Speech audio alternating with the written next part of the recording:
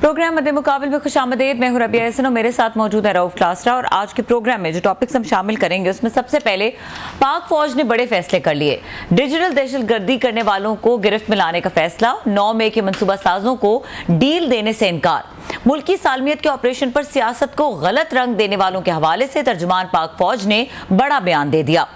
DGISPR की गैर मामूली ब्रीफिंग का तनाजुर क्या था, इसके अलावा बात करेंगे PTI पर एक और बड़ी मुश्किल, सख्त तरीन क्रैकडाउन, इस्लामाबाद के मरकजी सेक्रेटेरिएट पर पुलिस का छापा, मरकजी सेक्रेटरी इत्तलात रऊफ हसन समेत डिजिटल मीडिया के कई लोग गिरफ्तार। दूसरी जानिब बानी PTI का बड़ा एतराफ सामने आ गया, GHQ के सामने कॉल देने का एतराफ कर लिया। इसके अलावा बात करेंगे कौमी असम्बली कायमा कमेटी दाखिला के पहले इजलास में MNAs जर्मनी में अफगानों के हाथों पाकिस्तानी परचम की बेहुरमती और जलाने पर भड़क उठे। शदीद रद्द-ए-अमल, इस्लामाबाद के 380 गेस्ट हाउसेज में गैर कानूनी अफगानियों की रिहाइश पजीर होने का इंकशाफ, लिस्टें तलब, बड़ा एक्शन मुतवक्के। और इसके अलावा बात करेंगे इजलास में क्या हुआ, मुकम्मल तफसीलात क्या थी, इसको डिस्कस करने के लिए हमारे साथ मौजूद होंगे नबील गबोल आज के प्रोग्राम में। इसके अलावा शामिल करेंगे हमारे प्राइवेट दफातर देख लें और सरकारी दफ्तरों की गंदी हालत देख लें। किसी गैर मुल्की को पार्लियामेंट बुलाते हुए शर्मिंदगी होती है। गंदगी देखें, लिफ्ट्स टूटी हुई हैं, सरकारी दफ्तरों में जाकर हालत देख लें। 600 अरब रुपए घाटे में चलने वाली PIA को ना बेचें तो क्या करें। विफाकी वजीर निजकारी अलीम खान ने कायमा कमेटी अरकान को चुप करा दिया। इजलास का आंखों देखा सनसनीखेज अहवाल जानेंगे रऊफ क्लास साहब की जुबानी। और हमें ज्वाइन कर रहे हैं डिस्कशन के लिए सीनियर दिफाई तज्जियाकार कामरान यूसुफ साहब, उनको वेलकम करेंगे। अस्सलाम वालेकुम कामरान यूसुफ साहब। जी अस्सलाम वालेकुम। जी कामरान यूसुफ साहब, बहुत शुक्रिया, आपने हमें वक्त दिया और अगैन आपकी जो रेलेवेंस है वो इस टॉपिक के लिहाज से बहुत ज़्यादा है, क्योंकि आप बहुत अच्छे तरीके से इन तमाम हालात का तज्जिया भी देते हैं और ख़बर भी होती है आपके तज्जियों में। ये बताइए, जो आज की बहुत अहम एक प्रेस कॉन्फ्रेंस थी DGISPR की, इसके मुहर्रिकात क्या थे, किस तरह से देख रहे हैं इसको? देखिए, मुहर्रिकात तो यही थे कि आपको पता है कि ऑन गोइंग जो मुल्क के अंदर खास करके एस्टेब्लिशमेंट और तहरीक इंसाफ के दरमियान एक कॉन्फ्रंटेशन जारी है, it is an open secret. और फिर तहरीक इंसाफ की तरफ से आए रोज़ या अदरवाइज बाकी जमातों की तरफ से मुख्तलिफ इल्ज़ामात लगाए जाते रहे हैं एस्टेब्लिशमेंट के ऊपर। तो ये जो प्रेस कॉन्फ्रेंस है, माजी में भी हमने देखा कि जब इस तरह की प्रेस कॉन्फ्रेंस होती है तो जो पाक फौज के तर्जुमान हैं वो इदारे की तरफ से एक वजाहत देने की कोशिश करते हैं।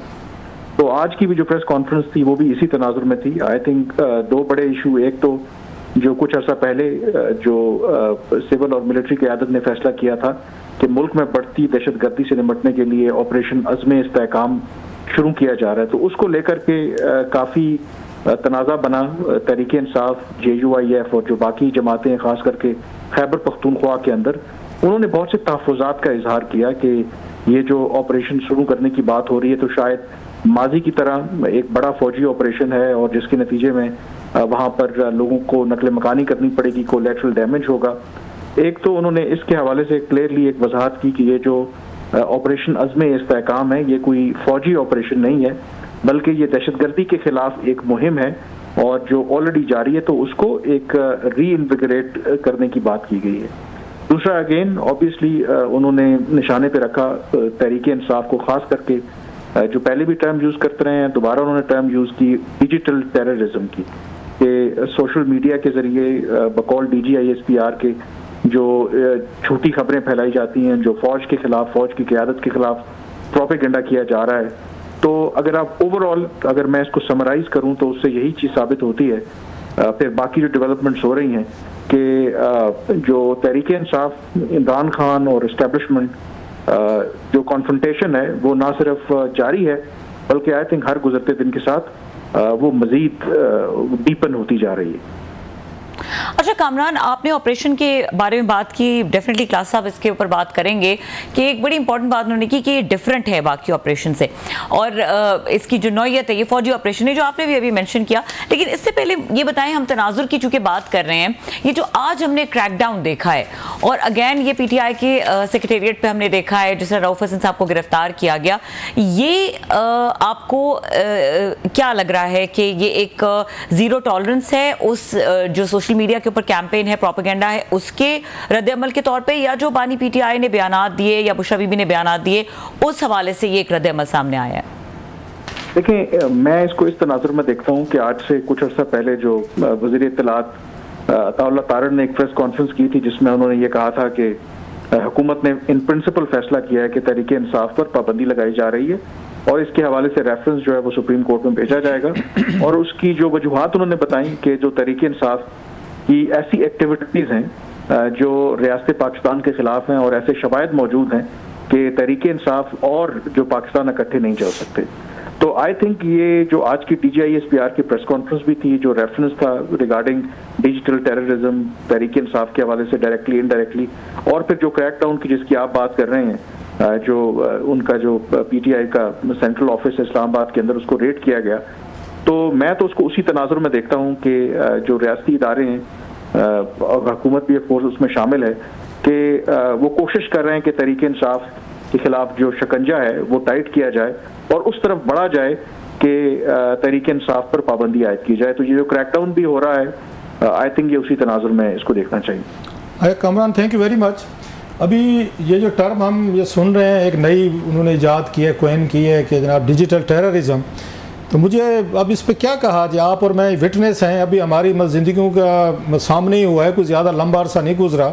उस वक्त बड़े फ़ख्र से माजी में एक वो DGISPR साहब थे, वो इसको बड़ा प्राउडली इसको ओन भी करते थे, इन तमाम चीज़ों को जो डिजिटल थी या ट्विटर था, सोशल मीडिया। बल्कि एक उन्होंने टर्म उस वक्त भी निकाली थी, उसका नाम था, आपको याद होगा, वो कहते 5th जनरेशन वार। वो कहते जनाब ये 5th जनरेशन वार है, अब ये इस पे कीबोर्ड वॉरियर्स हम पैदा करेंगे। अब दुनिया के साथ जो लड़ाई होनी है ना, वो कोई जंगें नहीं होनी, तोपें गन्ने बम F-16 वो नहीं चलाने, अब हमने कीबोर्ड वॉरियर्स चलाने हैं, वो लॉन्च करेंगे। और लॉन्च किए गए सर। अब कहा जाता है नहीं जनाब ये तो डिजिटल दहशतगर्द हैं। ये हमारी आंखों के सामने ही हुआ है, 4-5 कोई 6-7 सालों की बात है सर। तो ये कैसे देखते हैं इसको सर जी? जब चाहे डिजिटल दहशतगर्द कहते हैं, जब चाहे वो उनको 5th जनरेशन कीबोर्ड वॉरियर्स कहते हैं, बड़ा खूबसूरत नाम है, बंदा एक दफा फैंसी वाला कीबोर्ड वॉरियर। और हर एक अपने को समझता है यार मेरे हाथ में तो बाशो वो क्या AK-47 राइफल लेके मैं बैठा हूँ, जब चाहूँ मैं किसी को अगले बंदे को ट्विटर पे बाशो लम्हा पा लूँ। ये बिल्कुल आप ठीक कह रहे हैं। आई थिंक ये सम अप करता है कि पाकिस्तान की रियासत के जो हालात हैं, और आज अगर हम मुश्किलात से दो चार हैं तो यही वजह है कि हमने खुद ऐसे पौधे लगाए और तवक्को ये की कि ये पौधे बड़े होकर दरख्त बनेंगे और इनकी छांव में हम बैठेंगे या ये फलदार दरख्त होंगे, लेकिन उस पर हमें कांटे ही मिले। तो ये बिल्कुल आप ठीक कह रहे हैं कि जो साहब जो एक DGISPR थे, उन्होंने बड़ा प्राउडली कहते थे कि हमने एक ऐसी फोर्स तैयार की है कि जो दुश्मन का जवाब देगी, और 5th जनरेशन वॉरफेयर जो है बड़ी इंपॉर्टेंट है। और वो खुद भी बाज़ दफ़ा इतने जज्बाती हो जाते थे कि भारत का एक जो रिटायर्ड मेजर था उसके साथ भी अपने आप को एंगेज करना शुरू कर रहे थे, हालांकि उनका रैंक अपना खुद बहुत बड़ा था, तो शायद बाद में इसी वजह से उनको फिर आई थिंक हटा भी दिया गया।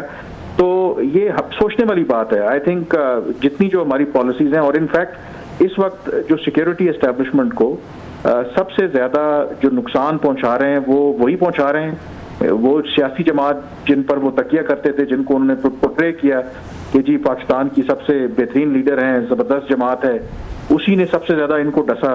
फिर हमारे अपने मीडिया के अंदर जिन सहाफ़ियों के ऊपर एस्टेब्लिशमेंट ने तकिया किया, उनको बैकग्राउंड ब्रीफिंग्स देते थे, उनको पूरी फाइल्स दिखाते थे, वही उन लोगों के खिलाफ हुए। और ना सिर्फ वो, बल्कि जो उनके अपने जो रिटायर्ड जर्नैल हैं, जो अब बहुत कम नज़र आते हैं, वो जो फौज के गुण गाया करते थे, इवन जब ये दरार पैदा हुई तहरीक इंसाफ और एस्टेब्लिशमेंट के दरमियान, तो उन्होंने तहरीक इंसाफ और इमरान खान का साथ दिया। तो आई थिंक जहां हम ये इसमें कोई शक नहीं है कि इस वक्त हमें सिक्योरिटी चैलेंज का सामना है, दहशतगर्दी बिल्कुल ना सिर्फ सर उठा रही है, उठा चुकी है, but at the same time हमें ये भी सोचना चाहिए, रिफ्लेक्ट भी करना चाहिए कि आखिर बार बार हम एक ही जगह पे आके क्यों खड़े हो जाते हैं। तो उस सोच को भी बदलने की जरूरत है। और आज जिस डिजिटल टेररिज्म की बात कर रहे हैं DGISPR साहब, उसकी बुनियाद उनके प्रीडिसेसर ने ही रखी थी। उन्होंने ही रास्ता दिखाया था कि आपने अपने मुखालफिन को कैसे रन डाउन करना है।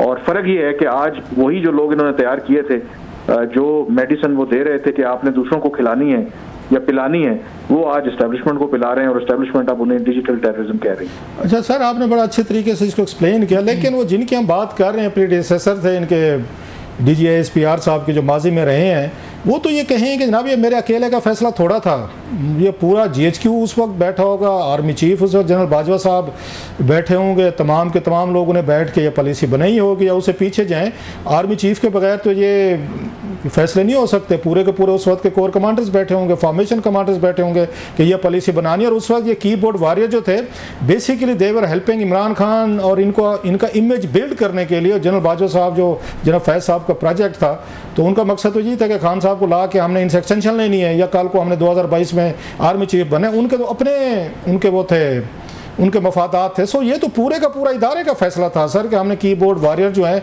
वो पैदा करने, जैसे आज पूरे ये इनका इंस्टीट्यूशन का फैसला नहीं भाई साहब, ये तो दहशतगर्द हैं, डिजिटल दहशतगर्द हैं। सो जो बात आप कह रहे हैं कि दोनों साइड पे उस वक्त भी GHQ का फैसला था, अब भी GHQ का फैसला है सर।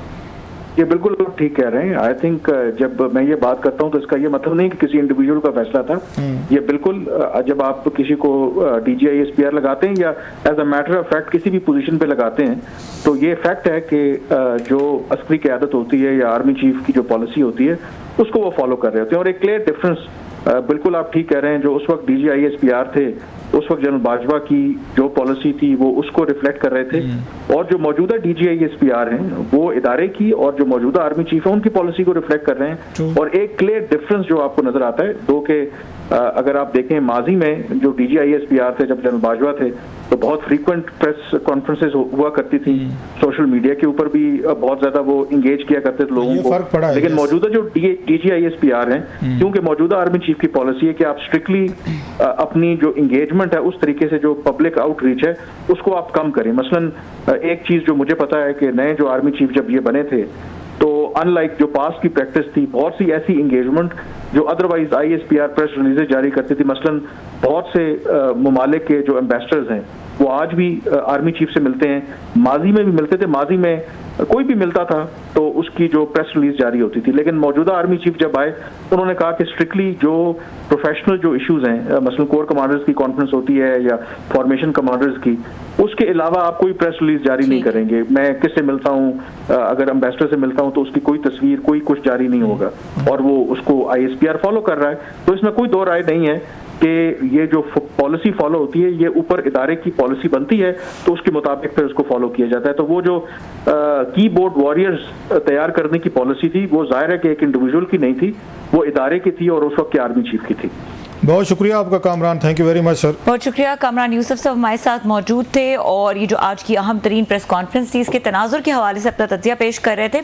यहाँ पे वक्त हुआ है ब्रेक का। ब्रेक के बाद हम बात करेंगे, हमारे साथ नबील कबूल साहब मौजूद होंगे और ये कौमी असम्बली की कमेटी बराए दाखिला है जिसका इजलास हुआ और जिसमें शदीद एहतजाज किया गया है मिनिस्टर की जानिब से। ये जो वाक़या जर्मनी में हुआ है, अनफॉर्चुनेट वाक़या जहाँ पे पाकिस्तानी सफारतखाने के झंडे को अफगानी शहरियों की तरफ से आग लगाने की कोशिश की गई है। क्या कहा आज के इजलास में, क्या गुफ्तगू रही, इसके ऊपर बात करेंगे इस ब्रेक के बाद। हमारे साथ रहिए।